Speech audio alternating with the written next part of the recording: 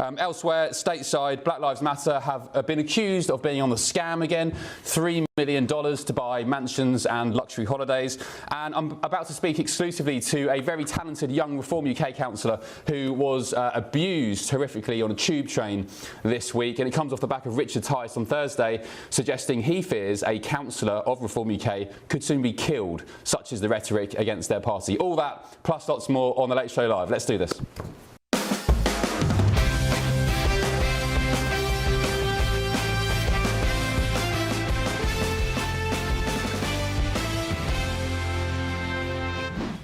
Hello, good evening to you. Hope you're well. On The Late Show Live tonight, the King reveals good news in his battle with cancer as he announces his treatment will be reduced next year. But also tonight, the Prime Minister might call this an island of strangers. When Farage says jump, Labour might say how high. But the Greens will never dance to the tune of a Trump-loving, tax-avoiding, science-denying, NHS-dismantling corporate stooge. Yes, breaking tonight as Britain struggles to stop the boats. Green Party leader Zach Polansky has visited Calais, not to deter crossings, but to help migrants fill up their water bottles and argue they should be welcomed into the UK and work in hospitals and care homes. Absolutely crazy. Also on the show tonight, I'll be speaking exclusively to the Reform UK councillor who was abused and called a Nazi whilst on a train after being recognised as the poster girl for the party's new football shirts, and that comes off the back of a really chilling warning from the Deputy Leader Richard Tice on Thursday. Elsewhere tonight, there was this horrible attack in Liverpool at a Taylor Swift themed dance party, and it was little kids that yeah, this was really moving. Taylor Swift in tears, a new Disney Plus documentary capturing her raw reaction after speaking with survivors and families of the Southport attack. We'll also be cracking open tomorrow's newspaper front pages hours before they hit the shelves back in Blighty. And we're live in Washington, D.C., just yards from the White House, bringing you the stories America's talking about and that matter to Britain too, including this one. Loads more photos released from the estate of convicted paedophile Jeffrey Epstein have been dumped today in public by the Democrats in Congress. And surprise, surprise, we knew already, among those pictured are President Trump, Bill Clinton and Andrew Mountbatten Windsor. Oh, and Trump's former campaign manager, Steve Bannon. Also tonight, I want to see trans kids. I have a trans godson. a fresh row erupts between Gavin Newsom, the governor of California, and Elon Musk on transgender children after Newsom, quite despicably in my eyes, dragged Musk's own trans child into the fight. You don't want to miss that. Also,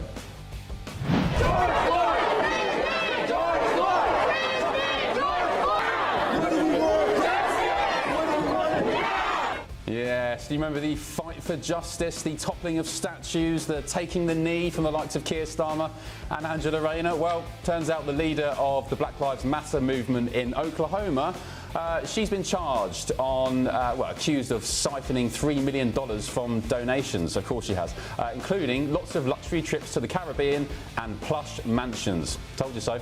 I'm Ben Leo. This is The Late Show Live, and our night's just getting started.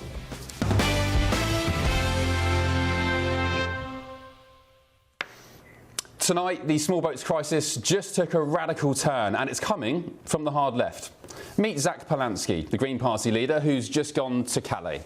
He's also one of the most delusional politicians in British history, because he's not gone to Calais to stop the boats, not to confront people smugglers, like Patrick Christie's did, but to roll out the welcome mat. Polansky's solution is let the boats come. Come en masse, wave them in. Let them come to Britain legally, he says. All of them. And then put them straight to work the moment they arrive. No deterrence, no borders first policy, no serious plan to stop the crossings, just wide open doors and hope for the best. Showing he's a deeply unserious man, Polansky says all illegal migrants should be allowed to work in care homes, the NHS, and even build houses. So what's he talking about here? What is that? I don't know about you, but I don't want a random bloke from God knows where, whose background we're unsure of, looking after my mother or granny in a hospital or care home, or even building a house for that matter. What qualifications do they have to build houses? How do we find out and check they have them? Would you live in a house built by a boatload of small boat migrants from Afghanistan? No, I didn't think so. Anyway, Polanski's been masquerading around France, but do you remember what happened last time GB News went to Calais? My name's Patrick. I do a show at GB News. Hello. I just want to talk about how you get from here to the lorry parks. Is that possible? Quick conversation, no? Fine? Okay. All right, we are going to get out of here. They've obviously made their feelings clear. There we are. Yeah. All right, they've decided to kick off a little bit. Okay. All right. Hey, look, we just want to have a conversation with you, that's all. Still so good. Top work there by Patrick Christie's. Of course, this channel, GB News, we were attacked by the same people we're told will integrate once they arrive to Britain. The same people Polanski says we should be welcoming to the UK.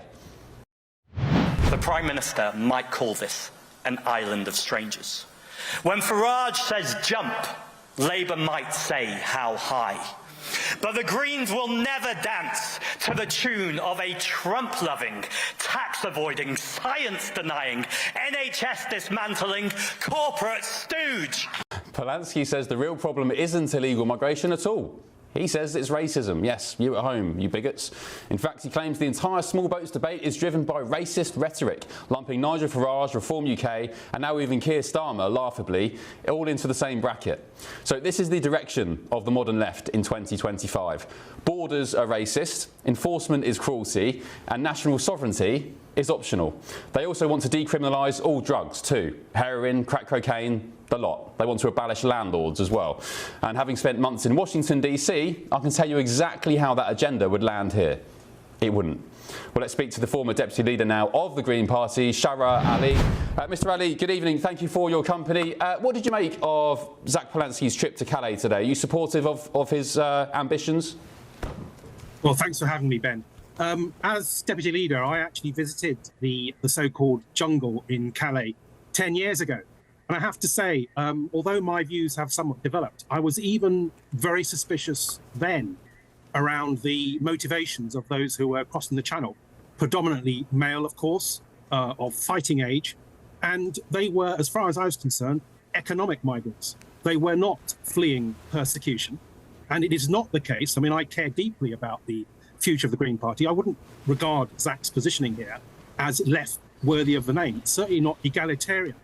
It's not the case, for example, then that the Greens have been outspoken around the rape of predominantly white girls and sexual assaults upon them by hotel migrants in Epping. So we are not standing up for the persecuted in British of this country, and that has to stop. Shara, you sound like a pretty sensible guy. You, of course, were the deputy leader of the Green Party. Are you still a member of the Green Party? Not at the moment. In fact, court case number 2 to get back into the party after having been excommunicated for my gender-critical beliefs. But that's another topic. Oh, right. So they kicked you out, did they, for being for thinking normal things? Well, the trouble is with the Green Party at the moment is it's not a debating space.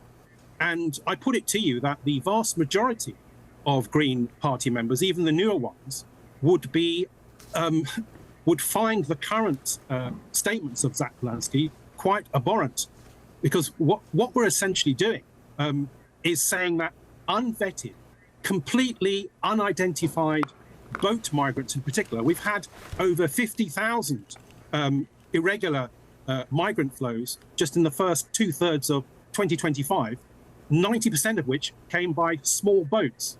Now, anybody with an ounce of sense knows that it's a danger to the indigenous so-called population of this country. Even our own deputy leader, somewhat embarrassingly, admitted the risk to her own residents in Crowborough. I'm talking about Rachel Miller, deputy leader, when she was worried about the impact upon the local community of them being put in an army barracks.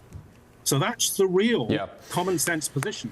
Even true Greens do not want unvented, unidentified potential criminals in their backyard.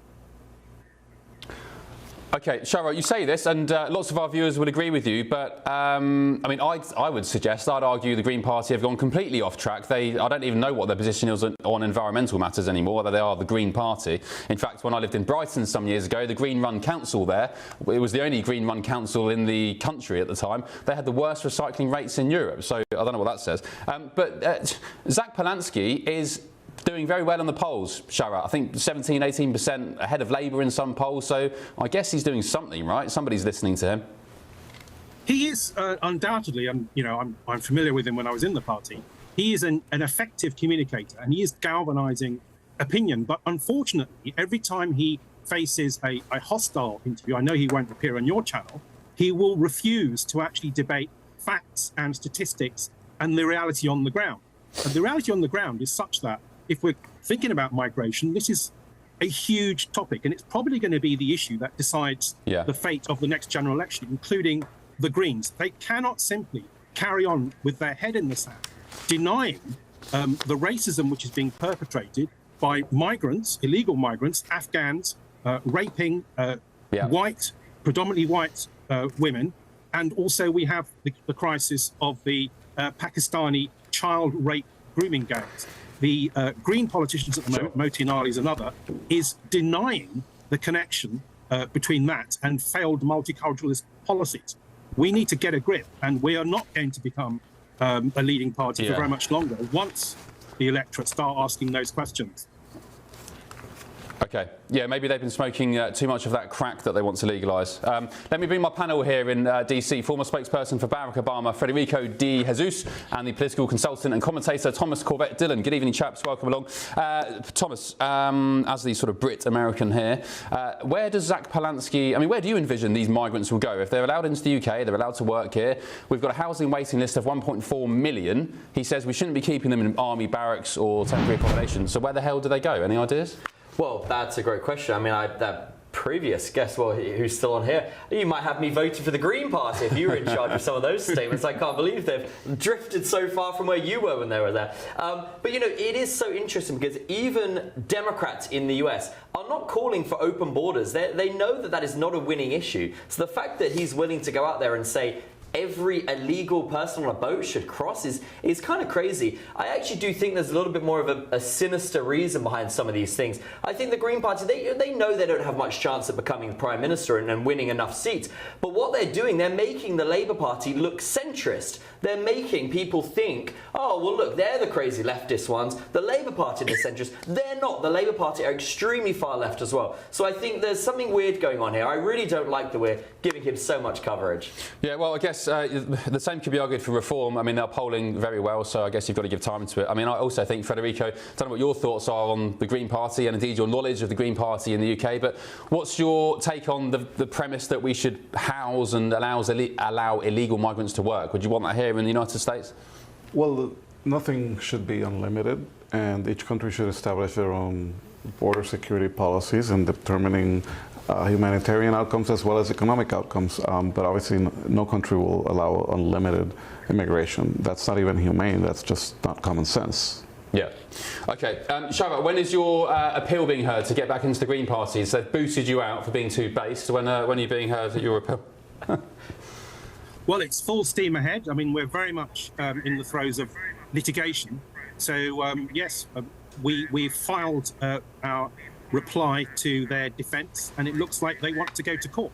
So the Green Party, unfortunately... Just quickly, why do you want to rejoin the Green Party? Why don't you just go and join Reform or the Tories? Sorry to interrupt. Well, look, I do think that environmentalism, the climate calamity, has a future in politics, and that's what we need to be focusing on. But moreover, we need to get back to a rational, persuasive politics. And I've never been tribal about politics. I speak and discuss with people across the board.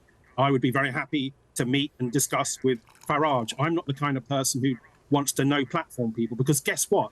You cannot have a proper functioning liberal democracy without viewpoint diversity. And the more we narrow the kinds of people in our party to those who only agree with us, the less we're going to be able to appeal to and persuade those who disagree with us. And it basically shows a complete lack of confidence in our position, that we don't think we can argue and persuade others to our position. And maybe we're wrong. So I'm not infallibilist in that regard, and I think that's a very dangerous authoritarian position. So this is not the Green Party that I was once very active in, but I do think it can be saved.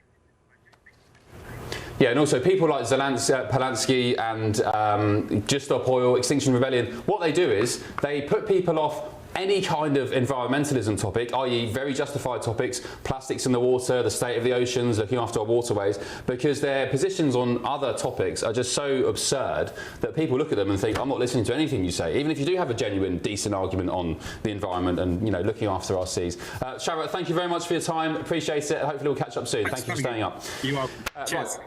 Moving on, here in the United States, Democrats on the House Oversight Committee, it's a committee in Congress, have released more than 90 new photos from the estate of convicted paedophile Jeffrey Epstein. Aren't you lucky? Whilst there's no suggestion that these pictures imply any wrongdoing, and many of those featured in them have denied wrongdoing in relation to Epstein before, the White House, they've hit back tonight, accusing Democrats of selectively releasing cherry-picked photos with random redactions to try and create a false narrative. Let's speak now to the lawyer and legal professor Jeremy Paul. Jeremy, good morning. Thanks for your time. What did we learn from this new cache of pictures? I suggest nothing really. Some newspapers were describing them as explosive and bombshell, but I just looked at them and thought, well, so what? Yeah, I'm kind of right where you are. I think the you know, this is a big puzzle, and every little piece put together with other pieces may someday help us unravel things, but looking at these photos, there's no context, there are no dates, we don't know when these meetings took place or why. Your characterization and mine are very similar. Not much here. Yeah, and the Republicans on the House Oversight Committee have, in the last, I think, half an hour or so, basically hit out at the Democrats for saying, why have you released redacted pictures, i.e. there's one of President Trump some years ago, this one here on screen now, with the faces all blurred out of these women around him. I mean, it makes it look pretty sinister. The truth is, the Telegraph have done some digging tonight. Friend of the show, Connor Stringer, who's a reporter for the Daily Telegraph, an Irish lad, he's gone and found the source of that original picture. First of all, it was released by the Epstein estate, I think years ago, unredacted, so the full identities of those women can be seen for everybody to see. And Connor found out that the picture was taken at, I think it was one of his beauty pageants. So let me take a quick look. And it was, the models were representing Hawaiian Tropic, the American suntan lotion brand, at an event at Mar-a-Lago. The picture was taken in around 1998. The models were in their 20s. One of them, the women at the Mar-a-Lago photo, described President Trump at the time as a gentleman who went out of his way to ensure the group enjoyed their evening at his Florida holiday home. So what the Democrats are being accused of doing tonight, Jeremy, is redacting these pictures to make it look sinister, as if there's some sort of like Epstein associates or victims, and then putting President Trump in the middle of it. Yeah, I think it's a stretch to say that they redacted those pictures in order to make it look sinister.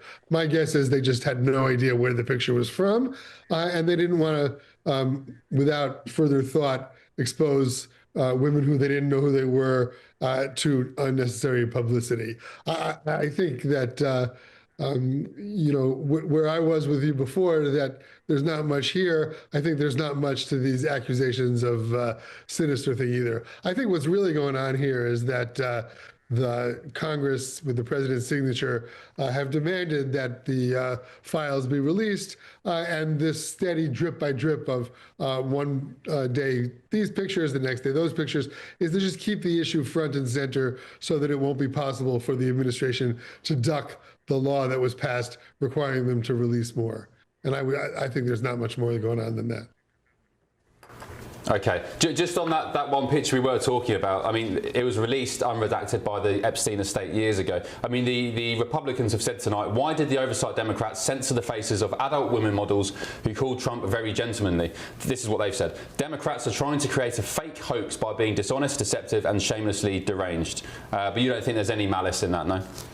I think that's just exactly the kind of hyperbole that you would expect from partisans on all sides. This should not be a partisan issue, right? I mean, Epstein is accused of totally monstrous things. And to the extent that people knew about it and let him get away with it, whether they're Democrats, Republicans, movie stars, Steve Bannon, whoever they are, the country has a right to know. But to the extent that they were just happened to be chatting with him, well, that's just complete nonsense, and we don't need to hear about that. And slowly but surely, this will all be unraveled. But this should not be a partisan issue. I would hope that people on all political parties would be opposed to pedophilia and sex with underage women. Well, the more interesting one, I'll let you go, Jeremy. Thank you very much for your time. Appreciate your company tonight. Okay. The more interesting point about these pictures is that newly released documents show that a woman called Kathy Rumler was one of the people who had most contact with Epstein after he was convicted of sex offences. She had over 100 dinners, meals, and 50 meetings in just 5 years after he was convicted. And who was she? She was the White House counsel to Barack Obama. I'll be speaking to Federico about that in just a sec, see if he knows anything about it. gbnews.com/your say. Let us know what you think about those stories. Still ahead on The Late Show Live. Chancellor, woman to woman. People out there aren't complaining because she's female. They're complaining because she is utterly incompetent. Well, Rachel Reeves banging on about growth before they were elected, and indeed after they were elected. But it seems now, allegedly, Britain is heading for recession. That's the warning tonight, as latest economic growth figures show, no growth. But first, a story you don't want to miss. I'll speak to the Reform UK councillor who was abused savagely whilst on a train. As Richard Tice tonight says he fears a fatal attack could take place on his councillors within just the next 12 months. Annie May O'Neill joins me next on The Late Show Live.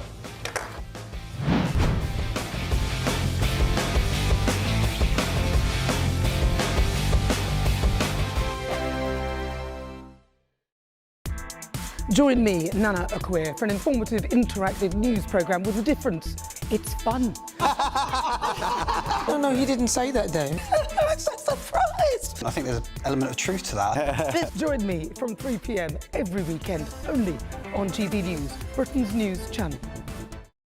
Hi, I'm Michelle Dewberry, and my show is your opportunity to cut through all the noise and dive in headfirst to some robust debates. Ideas clash. Situation, isn't it? Because the failure is... You're deliberately avoiding my point. Nothing's held back. And if you think this is the end of it, wait for more. And we do not shy away from the difficult stuff. Sometimes I want to shake people and say, if only you understood. So join me on Jubes & Co weeknights at 6 p.m, only on GB News, Britain's news channel. Britain was once the envy of the world. But look around. A nation that no longer knows what it is or where it's going. A country that's broken. How do we fix Britain? How do we bring it back? Friday night with Matt Goodwin at 8 p.m, only on GB News. Mornings don't have to be tiresome, especially if you have the right company. Wake up to news as it happens, opinion and debate, and of course, a little bit of entertainment too. Because when the kettle's on, we're on. That's Breakfast on GB News, a show worth waking up for. Every morning from 6 a.m. Only on the People's Channel, Britain's news channel. We'll spread the news, you spread the word. From the school run to the home run, watch a new show for all of Britain. He can say whatever he wants. A straight-talking show where all voices are heard. And, you know, when are we going to stop talking about smashing the gangs and actually do it? With the stories that matter from every part of our country. There's a bit of a crash landing there for your Chancellor. Bold, fearless and standing up for you. That's me, Martin Dordme, 3 p.m. till 6 p.m, weekdays, here only on GB News. The People's Channel, Britain's news channel. In the GB Newsroom, we bring you the news as it happens. With our team of dedicated journalists across the UK, we're ready to keep you up to date with what's happening every half an hour, every single day. Bulletins here on GB News. The People's Channel, Britain's news channel. Westminster's full of talk, but out here, it's the real world. Am I allowed to talk now? No, that's it. This is where it matters, real people and real lives. That's what politics is all about. In fact, has Trump made a good start? No. Straight answers, no spin, and just a couple of pints. How many fingers have I got up? About 10. So join me for Lee Anderson's Real World every Friday at 7 p.m, only on GB News. The People's Channel, Britain's news channel.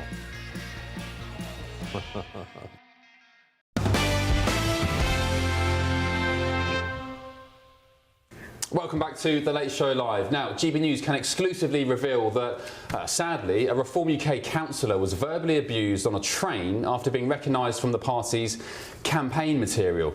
Annie May O'Neill, she's the Vice Chairman of Epping Forest Reform UK, very talented young lady, and in fact she's one of the youngest Reform councillors, or any party councillor, in the country. She was confronted on a tube train and called an effing Nazi by some woman who, by the way, was too scared to say it to her face. She did it as she scuttled off the train.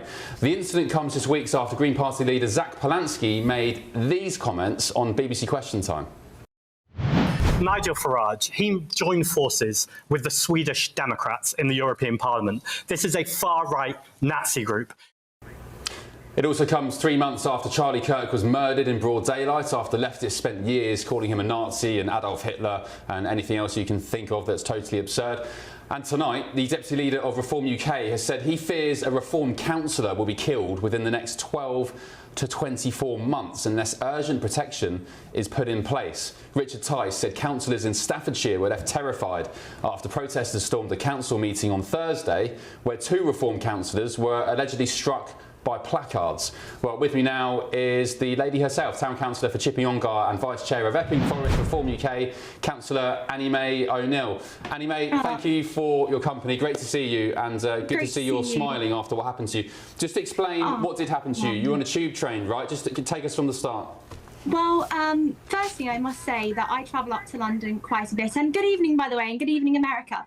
I travel on the train quite a bit up to London. I study at university up there, and I use the Central Line a hell of a lot.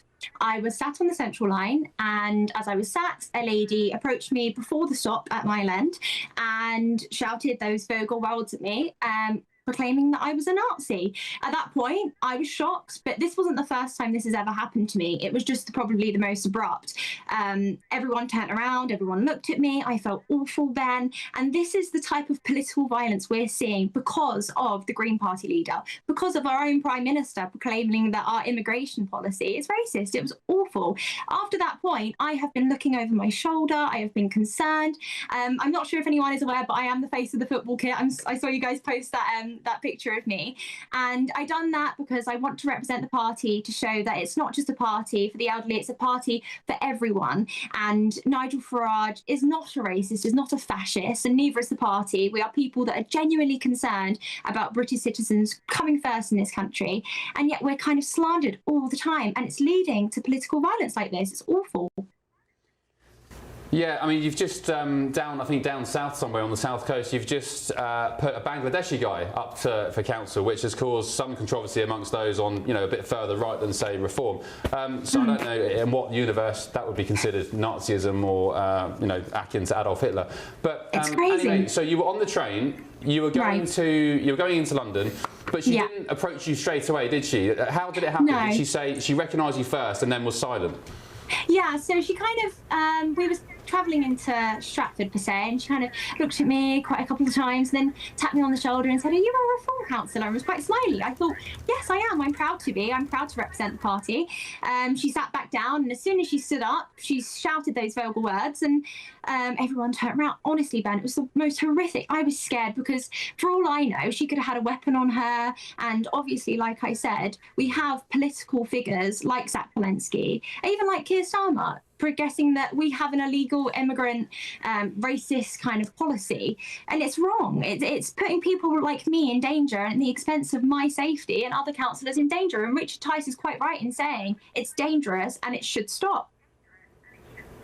Yeah, I was going to ask you, there you are modelling the football kit. Yeah, that football kit, by the way, as far as I understand, was a massive seller. I think they sold out, which I guess you can take big credit for. So, Annie, well, first of all, how old are you? Just tell viewers how old you are. I'm also, 20 years what old. do you make of Richard Tice's warnings?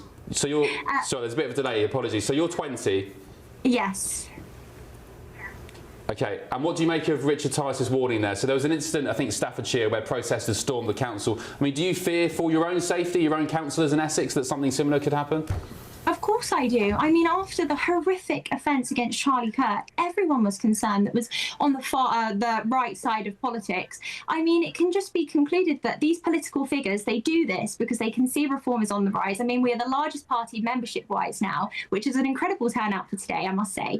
And they can see that we are such a threat.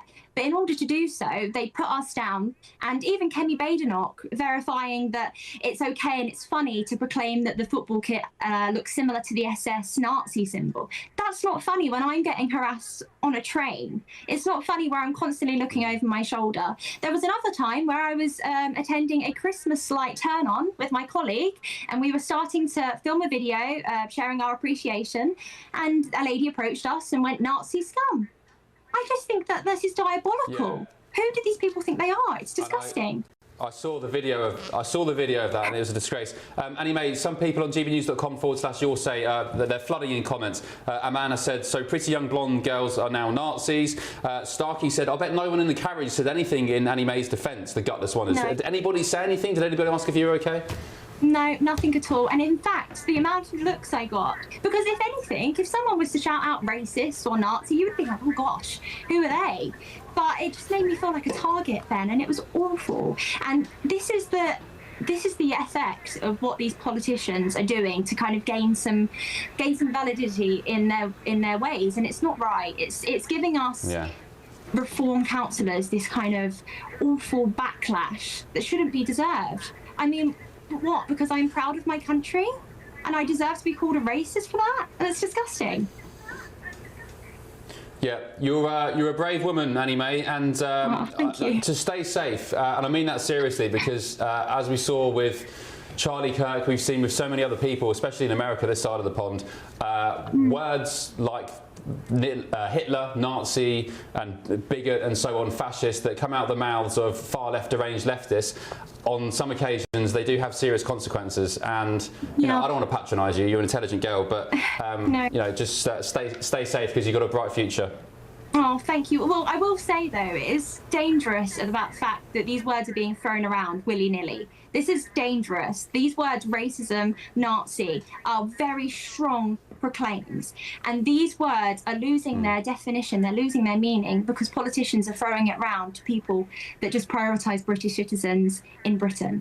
And that is so crazy to me, Ben, honestly. And I can imagine what the US citizens are probably saying, because they are so proud of their country, whether they are a Democrat or a Republican. Whereas here, if you put up a flag, you're ordered to take it down because you may offend someone. It's diabolical. Yeah. I know, it's crazy. Annie Mae, thank you so much. Appreciate you staying up. Thank you, and we'll catch up soon. Stay safe. Thank you, Annie Mae. Take care, Ben. Wow, yeah, gbnews.com/you'll say, send your thoughts coming in on those. Bill has said Annie Mae's a hero. Kemi should know better. Amanda said, get Annie on the daytime on GB News. She's great. And Pamela said, the left hate beautiful blonde ladies with lovely personalities. She represents everything they're not, and their jealousy fills them with rage. Thank you. That's from Pamela on Your Say. Right, coming up on The Late Show Live.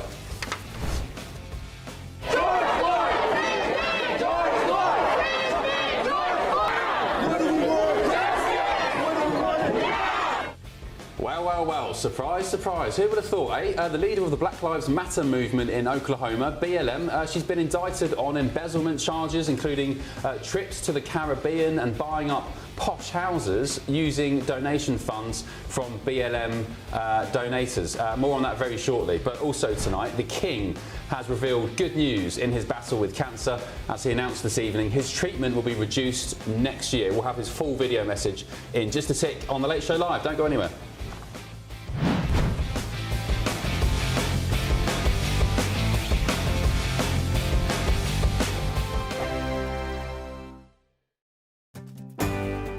I'm Michael Portillo. This is GB News, the People's Channel, Britain's news channel.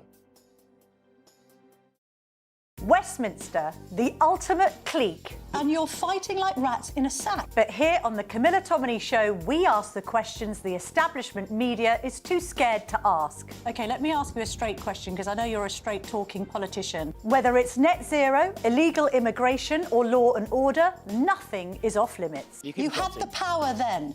Yeah, as I And say, now you've lost it. That's the Camilla Tominey Show, a politics show that's fearless. But no, let me finish my question if you don't mind, because it is my show. Sundays at 9:30, only on GB News, the People's Channel, Britain's news channel. No matter the state it's in, this is our nation. Join me, Jacob Rees-Mogg, for a genuine, honest discussion on where we have been, where we are going, and where we are with the people who set the direction. Tune in to State of the Nation every Monday to Thursday, 8 to 9 o'clock. Only on GB News. Britain deserves a newsroom that puts the facts and your voice first. Well, and that's what you get on GB News. Lively debates, lively conversation. And we're not afraid to hold power to account. And each other. So join me, Andrew Pierce. And me, Miriam Gates, for Britain's Newsroom, weekdays from 9:30 on GB News. At GB News, we love to hear from you, our loyal community. So drop us a line at gbnews.com/yoursay. There you can talk to each other and also to the presenters live on air.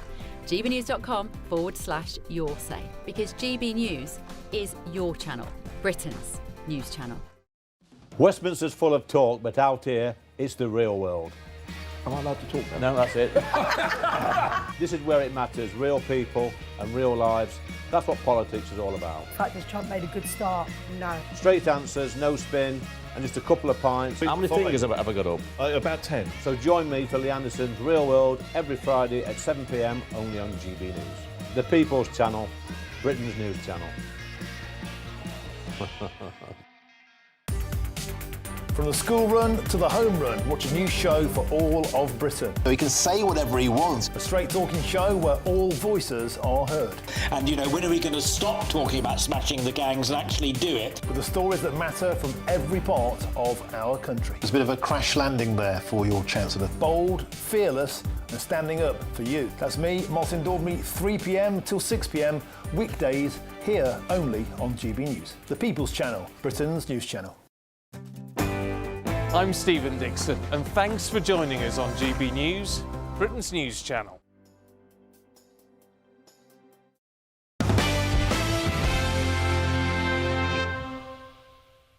Hello, welcome back to The Late Show Live. Now, King Charles has shared some good news about his cancer in a personal message announcing his treatment can now be reduced in the new year. In a recorded video message for the Stand Up to Cancer campaign released this evening at 8 o'clock, the King said, "This milestone is both a personal blessing and a testimony to the remarkable advances that have been made in cancer care." Well, with me now is the former royal gardener to King Charles himself and royal commentator Jack Stooks. Jack, good morning, thanks for your company. Unfortunately, we can't play the clip because I'm going to explain to viewers, because they'll probably be asking why we're not playing the clip, but it's 6 minutes long and the palace don't allow us to clip it up, use little bits, so we're not going to play it. But it's good news. The King saying his treatment will be reduced in the new year, and also highlighting the sort of agony and the pain of other cancer patients in this country, in the United Kingdom, who are waiting so long to be seen and even diagnosed. Hi, yes, no, thank you for having me on. Yes, this is fabulous news, you know, for the royal family, but also we can see exactly what he's doing and what he's trying to achieve here. He's letting people know that this is obviously happening to him, and it's happening to so many other people in the UK and worldwide. But what he, I think, is trying to do is also to get other people to come forward and go and get checked, you know, go to their doctors, go and be screened, go and find if they've got anything wrong with them at an early stage, because this is what he's saying, that it was found early within him, and that's why he's where he is now. And thankfully, you know, this is due to his doctors and also being seen early. But the same obviously would have happened with the Princess of Wales, and it's positive all round for both of them. But you stand up to cancer is great. It's great that we're seeing this a lot more so every year. We're seeing more and more to do with cancer, and it's encouraging people to actually get checked. It's encouraging people to get their families to get checked, and that's, I think, what he's trying to get across here, is to really get the message out. Yeah, well said, Jack. I'm going to bring my panel in DC former spokesperson for Barack Obama, Federico De Jesus, and the political consultant and commentator Thomas Corbett-Dillon. Federico, this is good news because it means the King probably will still be embarking on his trip to Washington, DC in April to celebrate your nation's 250th anniversary. Are you going to be on the streets of DC waving your British flag in support? I don't think so. But it is great news that the King is coming. It is symbolic that a colonial relationship became a special one. I don't know how you would see that special relationship, but I think that most people in this country value that partnership, and it's great that we'll have King Charles here, and hopefully he'll be healthy. Yeah, Thomas, your thoughts on this news tonight? Well, I think it's great that the King is better. I now hope that maybe he'll take this opportunity to do what I think a king should do. I think he's got to step in and protect the rights of the people. I think he should say to the government they can't get rid of jury trials. I think he needs to say there's no digital ID and be a king. So hopefully he's going to step up, but we will see. But Jack, he can't do that, can he? Or at least that's not how his mother conducted affairs. Don't get involved in politics.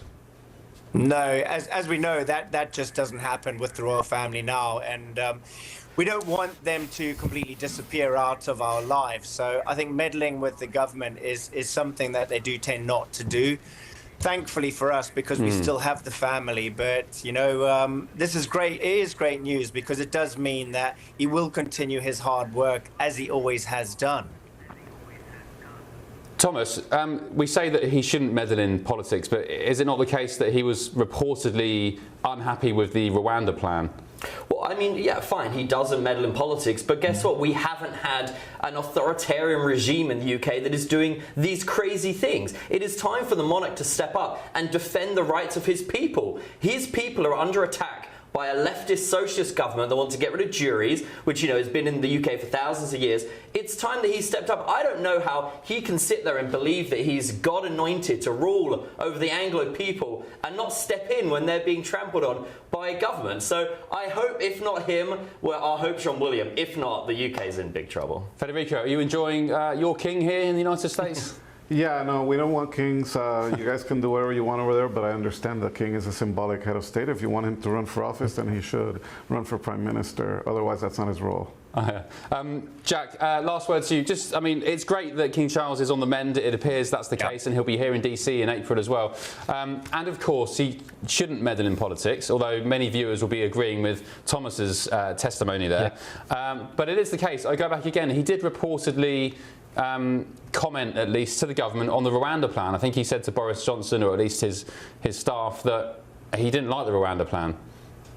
No, I think he is, obviously, you know, we're all human. We're all allowed to have our own opinions and know what's right and wrong, what we deem to be right and wrong. But it is very difficult because we do know that, yes, he might be head of state, but he doesn't get involved in politics. And I think that's where we don't want that to sort of muddy and get too involved with the government. So, yes, you know, meet everybody, go and have all of these visits overseas and actually get all of these relations going quite well within all the different countries. But maybe just leave politics to the politicians. Yeah, let's forget the politics for now and the criticism and the judgment. King Charles seemingly getting better, which is great news. So, yeah, we look forward to welcoming him to Washington, D.C. in April. Jack, thank you very much for staying up. Appreciate it, as always, and we'll catch up soon. That's Jack Stooks, the former gardener to King Charles, no less, and royal commentator as well. Right, coming up on The Late Show Live. I want to see trans kids. I have a trans godson. I don't normally say this kind of thing about politicians. I generally try and treat them with respect, left or right, red or blue, or, you know, whatever, turquoise. But the feud reignites over transgender children. But this time, that man there, critics have said Gavin Newsom, the governor of California, has crossed the line. I think he's despicable, and I'll explain why in just a sec. But also on the show tonight. We took him through all of these all of the numbers and all of the options, and we decided it together as a team because that is what the Prime Minister and I am. Promised an abundance of growth, but the economy has hit the buffers. More on that in just a sec, as Britain apparently is hurtling towards recession. This is The Late Show Live, only on GB News. And by the way, sorry, before I go, a quick shout out to viewer Angie, who messaged me tonight on X. Just a very quick message to her. Angie, happy Christmas to you.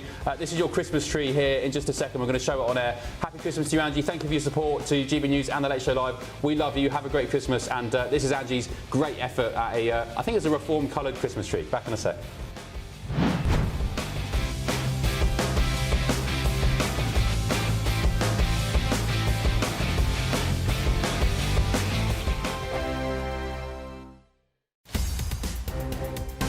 Newsroom, we bring you the news as it happens. With our team of dedicated journalists across the UK, we're ready to keep you up to date with what's happening every half an hour, every single day. Bulletins here on GB News, the People's Channel, Britain's news channel. Mornings don't have to be tiresome, especially if you have the right company. Wake up to news as it happens, opinion and debate, and of course, a little bit of entertainment too. Because when the kettle's on, we're on. That's Breakfast on GB News, a show worth waking up for. Every morning from 6 a.m. Only on the People's Channel, Britain's news channel. We'll spread the news, you spread the word. Westminster's full of talk, but out here, it's the real world. Am I allowed to talk now? No, that's it. This is where it matters, real people and real lives. That's what politics is all about. The fact is Trump made a good start. No. Straight answers, no spin, and just a couple of pints. How many fingers have I got up? About 10. So join me for Lee Anderson's Real World every Friday at 7 p.m. only on GB News. The People's Channel, Britain's news channel. At GB News, we love to hear from you, our loyal community. So drop us a line at gbnews.com/yoursay. There you can talk to each other and also to the presenters live on air. gbnews.com/yoursay, because GB News is your channel, Britain's news channel. Join me, Nana Akweer, for an informative, interactive news programme with a difference. It's fun. No, you didn't say that, Dave. I'm so surprised. I think there's an element of truth to that. Join me from 3 p.m. every weekend, only on GB News, Britain's news channel. You want to know what's really going on in the corridors of power? Labour don't know what to do with you half the time, and that makes you quite lethal in the chamber. Get behind the headlines with Chopper's Political Podcast. Join me, Christopher Hope, as I sit down with the great and the good of British politics. We'll see where this ruling takes us. These are the stories shaping our nation. Chopper's Political Podcast, available now on all platforms. Listen in and stay ahead. Hi, I'm Michelle Dewberry, and my show is your opportunity to cut through all the noise and dive in headfirst to some robust debates. Ideas clash. Situation, no, because the failure is you're deliberately avoiding my point. Nothing's held back. And if you think this is the end of it, wait for more. And we do not shy away from the difficult stuff. Sometimes I want to shake people and say, if only you understood. So join me on Jubes and Kerr weeknights at 6 p.m. only on GB News, Britain's news channel.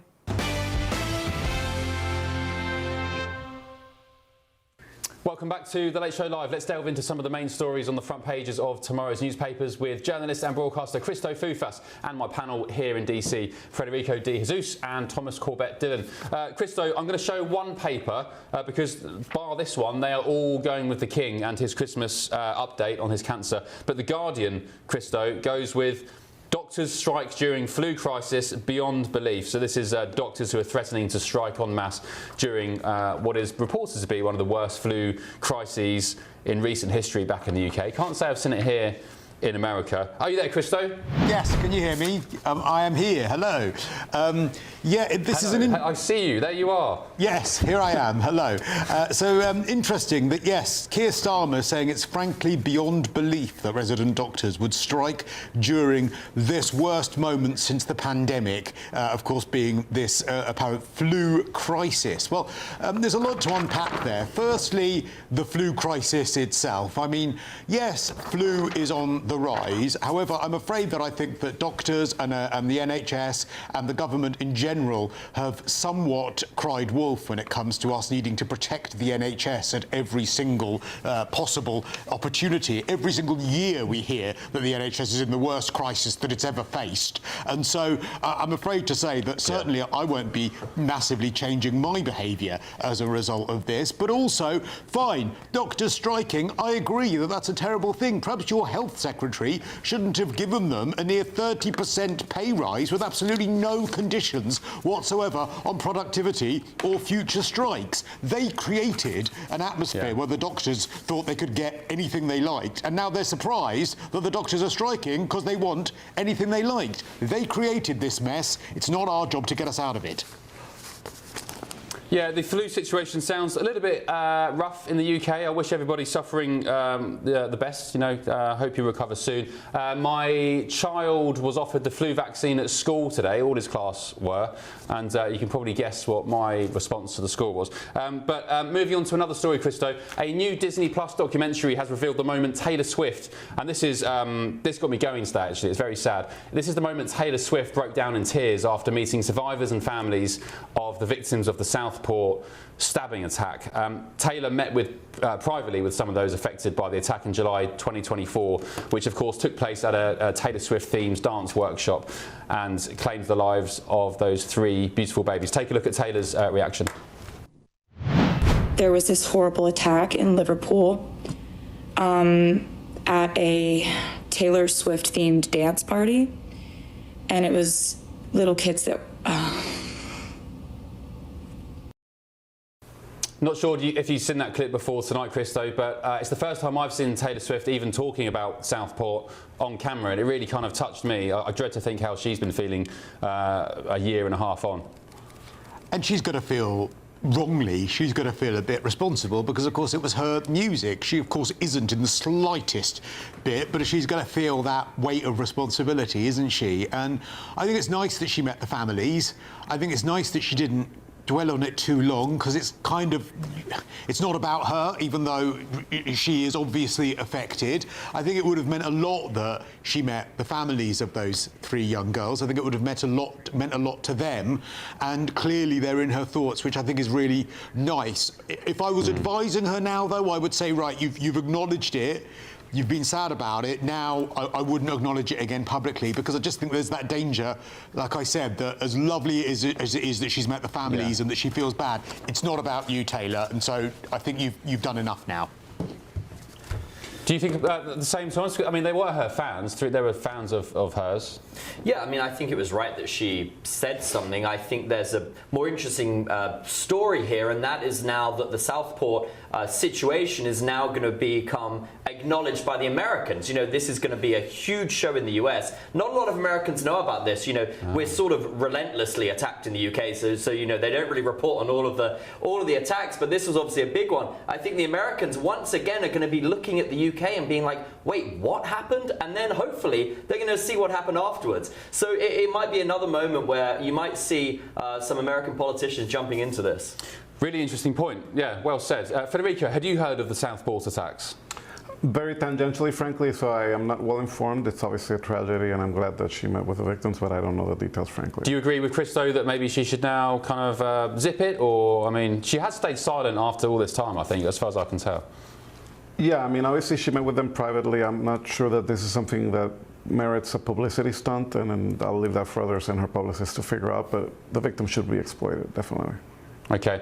Christo, are you a Taylor Swift fan beyond that? I think you are, aren't you? Did you say you went to, whose concert was it you said you went to the other day and you paid $2,000 for multiple gigs? It wasn't Taylor Swift, was it? That wasn't Taylor Swift. I just don't hate Taylor Swift, but no, I'm Madonna, Gaga, Kylie. I'm just a walking cliche, really. But it was Madonna that I'd spent a fortune on. And I came over to America to see Madonna again, actually. I kind of followed her round the world on tour. Oh, Christo, you had me more of a Metallica or Rammstein fan, but what do I know? We'll catch up in the next hour or so, Christo. That was like a foreign language to me. I didn't understand a word of what you just said there. I'm sorry. That was like, I don't know what language you were speaking. Metallica. Enter Sandman, yes. Enter Sandman. Christo. Thank you. Yeah, exactly. Right, more coming up in the next hour, including this. This budget is for you. the British people, so that together we can build a fairer, stronger and more secure Britain.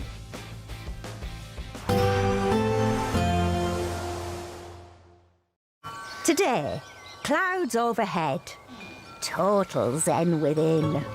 Boxed Solar sponsors the weather on GB News. Hello, a very good morning to you. Welcome to the latest update from the Met Office for GB News. A fine start to the weekend, and it stays fine in the south and east, but it's going to turn increasingly windy and wet elsewhere, with some very substantial rain accumulations building up over northwestern hills, especially in particular Cumbria by the end of the weekend. The rain sets in around lunchtime for western Scotland, Northern Ireland. It then slowly edges its way southeastwards, not quite reaching Northern England and North Wales at this stage. Mostly dry for the rest of England, Wales, and with plenty of sunshine, temperatures of 10 or 11 Celsius.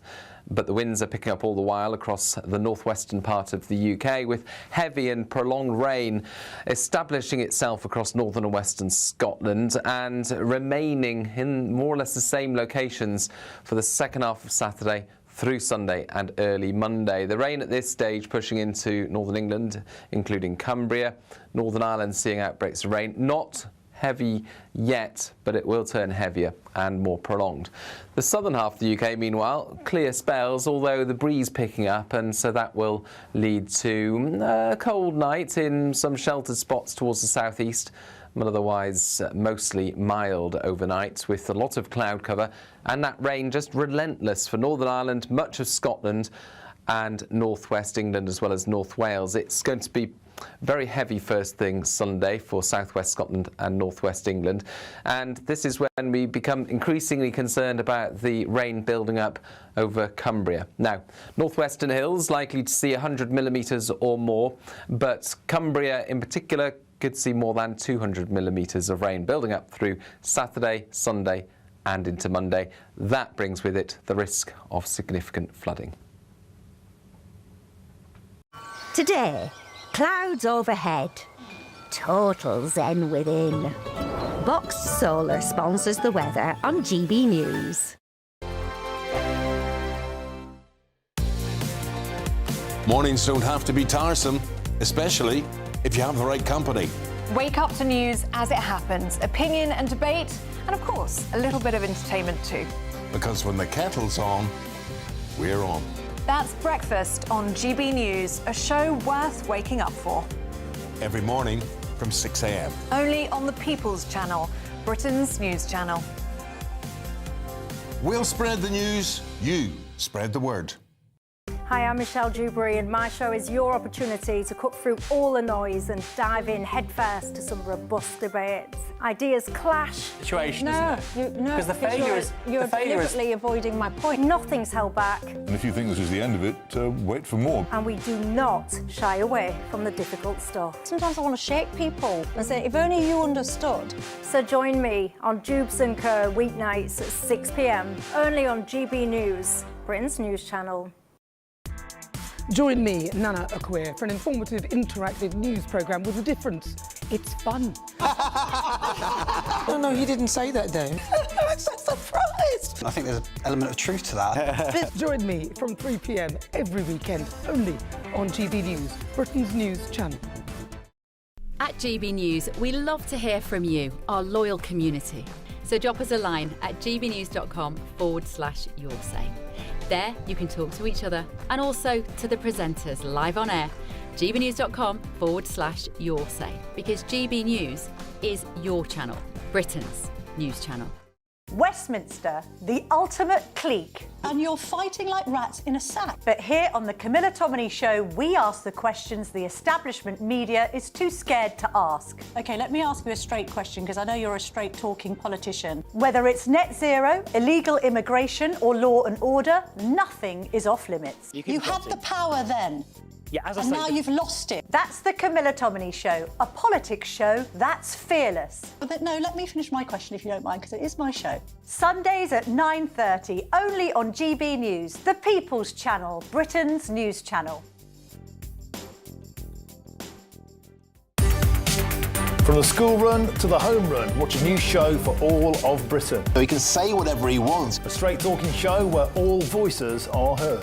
And, you know, when are we going to stop talking about smashing the gangs and actually do it? With the stories that matter from every part of our country. There's a bit of a crash landing there for your Chancellor. Bold, fearless and standing up for you. That's me, Martin Daubney, 3 p.m. till 6 p.m, weekdays, here only on GB News. The People's Channel, Britain's news channel.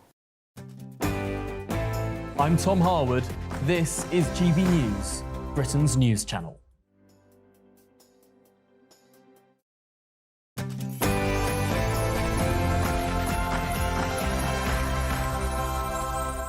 On the Late Show Live tonight, 3 big surprises. Labour have no growth, Gavin Newsom isn't a very nice person, and Black Lives Matter have been accused of stealing donations.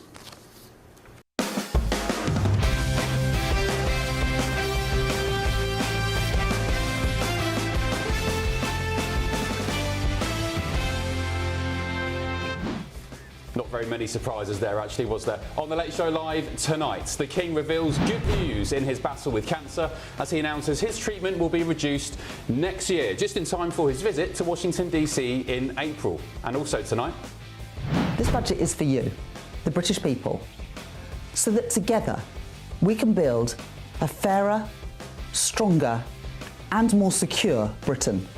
Britain's economy may have hit the buffers and a recession could be on the way. So much for all that growth, eh? Lucky us. Meanwhile, in the US, they're predicting 3% growth in the next quarter. Wow. We'll also be cracking open tomorrow's newspaper front pages hours before they hit the shelves back in Blighty. And of course, we're live in Washington, DC, just yards from the White House, bringing you the stories America's talking about and that matter to Britain too, including more photos. Here they are from the estate of the convicted paedophile Jeffrey Epstein, just released hot off the press by the Democrats. Among those pictured are Donald Trump, Bill Clinton, Andrew Mountbatten-Windsor and Steve Bannon. Do you care? What can we take from this? Does it mean anything? What have we learned? Also on the show tonight, I want to see trans kids. I have a trans godson. a big row erupts between Gavin Newsom and Elon Musk on transgender children after the California governor, Newsom, targeted Musk's own trans child in his row with the billionaire. And I have to say, if you've not seen this, it is disgusting. The behaviour of Gavin Newsom is vile. Stick around for that. Also tonight,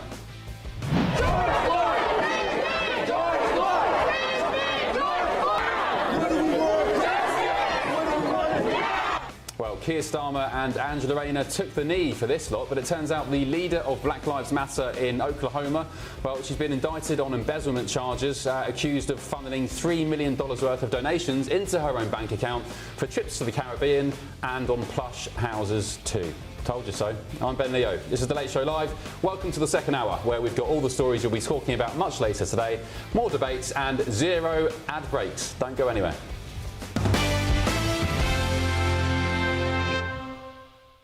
Right, let's get stuck into this, shall we? Is Britain heading for a Rachel Reeves recession? I said I would cut debt and borrowing, and I meant it.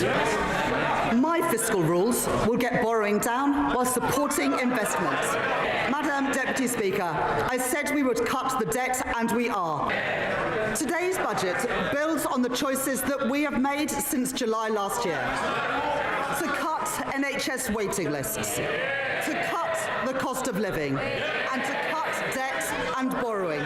Well, it seems those things may not be the only thing this government is cutting, because tonight there are fresh warnings that Britain could be heading for a recession. That's after the latest growth figures show the British economy has shrunk by 0.1%. Consider the economy cut. Ironic, given that growth was mentioned 49 times in Labour's manifesto, do you remember it? And among their 5 key missions was kickstarting economic growth as number 1. This was Labour's number 1 priority. They don't talk about it much now, but in July, when they were elected, and before July, when they were on the campaign trail, all they could bang on about was growth. So where the hell is it? Meanwhile, for some stark contrast, here in the United States, Secretary of the Treasury, Scott Bessent, has said the US will end the year with, get this, 3% real GDP growth. 3%. Can you imagine? Compare that to Britain, where real GDP growth is expected to be a meagre 1.4%. Though the Prime Minister would, of course, point to an increase in growth which defeated and beat OBR forecasts. Very good. Lucky you. You feeling it? With me now is political commentator Jonathan Liss, and let's also bring in my panel here in DC, former spokesperson for Barack Obama, Federico De Jesus, political consultant and commentator Thomas Corbett-Dillon, and why not? Let's bring in Christo as well, back in London. Christo, there you go. Jonathan, good morning. Thank you for your company, my friend. They promised growth. We've not seen anything of the sort. Well, look, I mean, I'm not Rachel Reeves' spokesperson, but clearly the government would accept that these are disappointing figures. I think the important thing to bear in mind, and I would say this no matter who's in government and no matter what the figures were, no one, and I repeat, no one, goes around from day to day thinking, how's the economy doing? What percentage growth is there? And no one goes into a ballot box thinking, what is the percentage growth this year or this month? People have an experiential view of the economy. They don't look at the figures on a spreadsheet. They look at how their lives are going. They look at how affordable their life is, how expensive goods are, how much money they're earning, how confident they feel in whether the economy can grow or not. So that's what's important. So, you know, if it was 0.1% reduction or 0.1% growth, then I would still say that it's basically the same story, even though one of those might technically lead to a recession, the other one might not, because really it means that growth is flatlining. And part of that is because of the decisions that the Chancellor has taken. And part of that is also a kind of a negative sort of outlook for the economy that has been the case for many, many years now, and was sort of the economy was flatlining for a long time under the Conservatives as well. Christo, the front page of the Telegraph, this is on in your newsagents tomorrow. It says the budget uncertainty sent a chill through households and businesses. Economists who had expected a rise of 0.1% said the Chancellor had, quote, killed growth because of bungled briefings in the lead up to the budget. Well, absolutely. They lied saying that they would be a moderate government before the election. They lied saying that growth would be their priority when it's clearly not been the case. They lied when they said that the taxes would not rise. They lied when they said that the economy was in a worse state than it was so that they could put those taxes up. And to Jonathan, I mean, I think, Jonathan, you're absolutely right when you say that GDP, perhaps on paper, is not the thing that is at the top of people's minds. What's at the top of people's minds is how much money they have in their pocket. But unfortunately, we have a government that has decided that it will burden people with the highest tax burden in history, one that was higher than they ever said that it was, that it would burden middle-class sort of, you know, small businesses with massive national insurance bills, that it would recategorise the rates on those small businesses so that they are absolutely crippled, whilst lying and saying that it's a cut in their business rates when on paper it really isn't. And of course, if you are someone who is dependent on the state, that last budget was absolutely brilliant because it now means that you can not work as hard and have as many children as you like, and it's absolutely fine. Or if you're someone with a great deal of wealth, well, it won't really affect you, or you'll just leave. It's the people in the middle who perhaps might have had a bit of ambition, might want to have quite a nice life, might want to go on holiday once a year, might aspire to actually do better, who are being absolutely hammered. So I am not surprised in the slightest the economy isn't growing. Why would you spend your money now? You probably don't have it, and you probably don't have the confidence to do so if you do. Thomas, in the United States, Secretary of Treasury Scott Bessent said today that the US will expect 3% real GDP growth. 3%. Yeah, and you know, it just shows you, I think the UK has a bigger problem, and that is lack of talent in our politicians. It shows you when you can appoint billionaire businessmen to the highest office. We've got Scott Bessent, who's a billionaire. We've got Howard Lutnick in the Commerce Department, who's also a billionaire. These are people that know how to generate wealth. They have produced things in their lives. They've gone from, I know, for example, Scott Bessent came from nothing. He worked his way to the top, earned $1 billion doing it. I don't think Rachel Reeves ever earned any money other than what the government have paid her in her life. So it just shows you, I wish we were able to appoint businessmen to run the UK. Maybe we wouldn't be in such a bad situation. Federico, are you pleased you've got Scott Bessent at the helm at the Treasury? 3% growth, end of year, real GDP growth? That sounds pretty good to us Brits. 3% is great. I'm more worried about the affordability crisis. Donald Trump ran on lowering the cost of living. That hasn't happened, and that's why Republicans have been losing elections, including recently in Miami, where they hadn't lost an election in 30 years. So, Miami-Dade? Yeah, the city of Miami in Florida has a mayor, and now it's a Democrat. That's not a red city, is it? Miami-Dade? I thought it was heavily Democrat. Democrat hasn't won there in 30 years. Really? Is that right, Thomas? Yeah, there's a lot of Cubans down there, so it was quite a Republican area, but things are shifting. A lot of Catholics. So. I thought it was a woke-infested Democrat hellhole. Miami? Are you kidding? You should go. I've been. I love the city. I love it. It's great. I just wasn't aware that it's a Republican stronghold. Jonathan, does Rachel Reeves need to go? She's had scandal after scandal, and as we said in the introduction here, the number one priority of this government, we didn't stop hearing about it, was growth. It was like Theresa May in her day, when all she'd bang on about was Brexit means Brexit. They haven't delivered.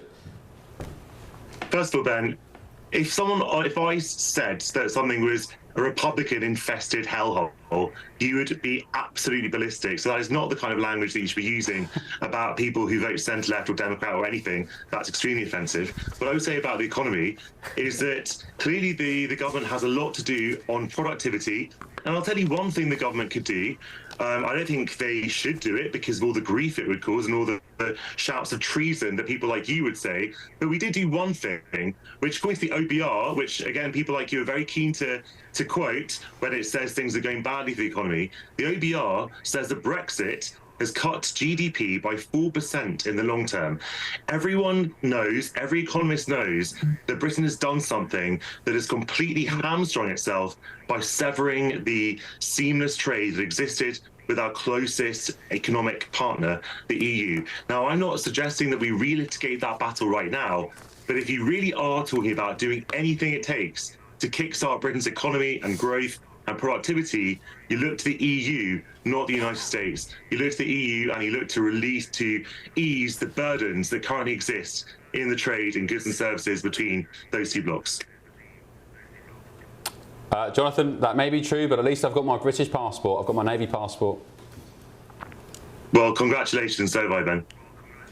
And what good does it do us? What good does it do us compared to the old one? I'm not so interested in the colour, I'm interested in the rights that I had with it. Freedom away from the supranational totalitarian EU gravy train. We can stand on our feet as an independent nation. Well, slightly independent, not with this government in charge, but we get the vibe. Christo, your response to Jonathan He's blaming Brexit? I mean, look, I voted Remain, and I had Brexit derangement syndrome for a while. However, looking at the bigger picture now, if we were to go back on the Brexit referendum, bearing in mind how absolutely on the floor trust in politics is at the moment, because we have a government that lied through its teeth to get elected and has done absolutely nothing but hammer us with taxes since. What on earth would that do to the faith that people have in democracy if we suddenly said, well, actually, we're going to completely reverse the biggest result in a referendum? So this is the worst argument. It was 10 years ago, mate. It was 10 years ago that every single poll suggested the vast majority of people now support rejoining, and literally the Brexit vote, the margin of Brexit victory has literally died out. It has literally died out. The number of people who voted Brexit that separated us from Remain has literally died out. Why don't we try, rather than blaming Brexit, why don't we try and actually enact some policies that give us economic growth? You spoke about what offended you. Hang on. You spoke about what offended you about what Ben had to say a moment ago. Do you know what offends me? Most of my salary needing to go to fund Rachel Reeves, who basically wouldn't know the truth if it came and cut her bob hairstyle, having to finance the nonsense that she comes up with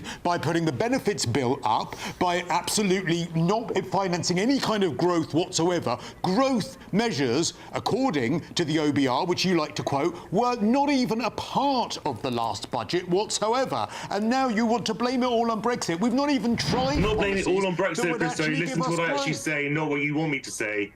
I didn't say I blamed it on Brexit. I'm saying that facts don't care about your feelings, Christo, and we can talk about all the measures that the government needs to implement And I absolutely agree with you. The government has not done enough on growth and productivity, but there is an elephant in the room that is causing the economy to lose so much of its potential growth and actual value, and that is something that we're not allowed to talk about because of political correctness. At least own your hypocrisy, Christo. Own it. That's all I'm asking. Well, hold on. So you're not blaming Brexit, but then why are we talking about Brexit? I'm saying it's one factor. Because you brought up Brexit. It's one factor. If Brexit's got nothing to do with this and you don't know why we're needing to talk about it, then don't talk about it and talk about it. When did I say Brexit was nothing to do with it? I said Brexit was I said Brexit was a part of it. I said Brexit was a part of it. Brexit is hamstringing our economy.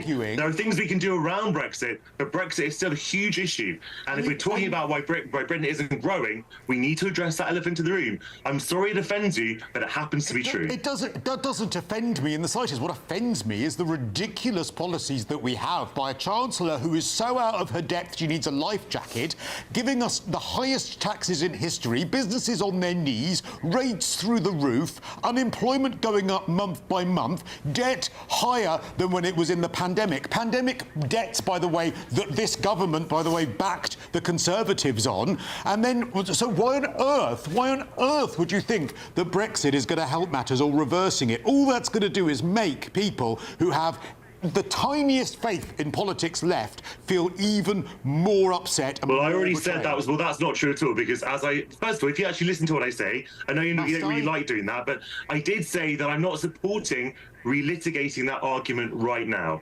I don't think that we should go back into the EU right now or put that suggestion to the British people, even though a vast majority, if you look at the polls, a big majority support doing just that. So I don't think that is the right thing for us to do as a country right now. But what I am saying is, if you're talking about the economy and why the economy is flatlining, that is a big reason. Hang on. So you don't think it's Brexit's fault, but you brought up Brexit, and you don't think that you want to go back into the EU? You cannot be this obtuse. I don't believe that you are this foolish or this obtuse. I never said that Brexit wasn't to blame. I'm saying that I don't think we should relitigate the argument in public right now by going back into the EU.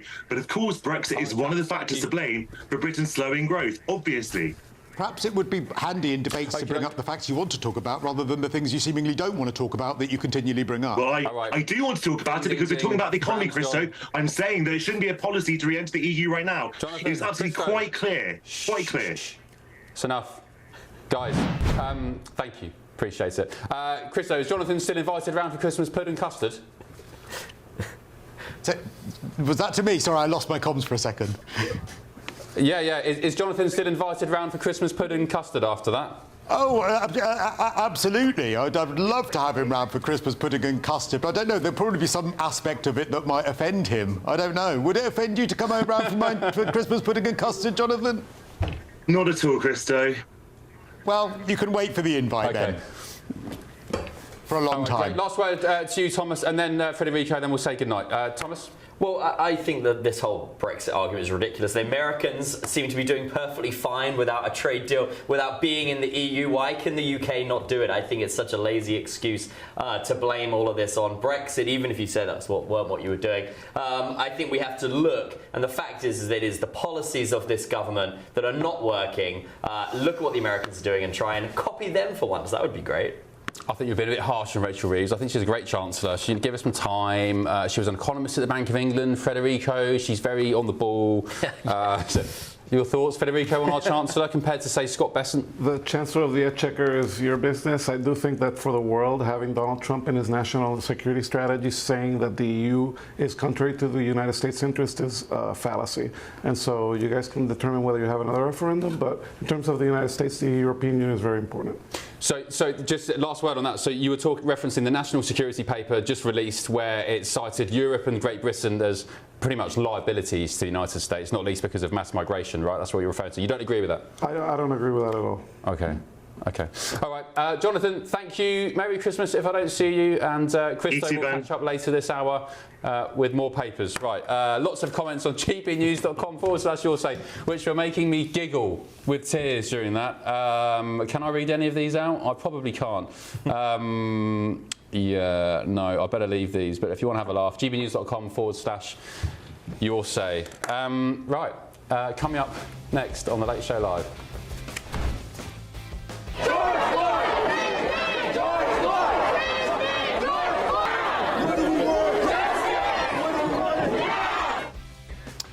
Angela Rayner, Keir Starmer, everybody else taking the knee for Black Lives Matter, toppling statues. Do you remember all that? 2021, 2020, 2022 even. People donating millions of dollars to Black Lives Matter. Well, I hate to say I told you so, but one of their leaders in Oklahoma has just been indicted over serious fraud. Caribbean holidays, buying mansions on donation money. Very good. Good work if you get it. But first... I want to see trans kids. I have a trans godson. There's no governor that's signed more pro-trans legislation than I have. The governor of California says he wants to see trans children. If that wasn't bad enough, he took aim at Elon Musk, whose son is trans. And Elon talks very emotionally a lot of the time about how he's lost his son, who's now identifies as a woman, as a girl. Gavin Newsom did this despicable thing today and dragged his son into a row with Elon on X. We'll get stuck into that next on The Late Show Live.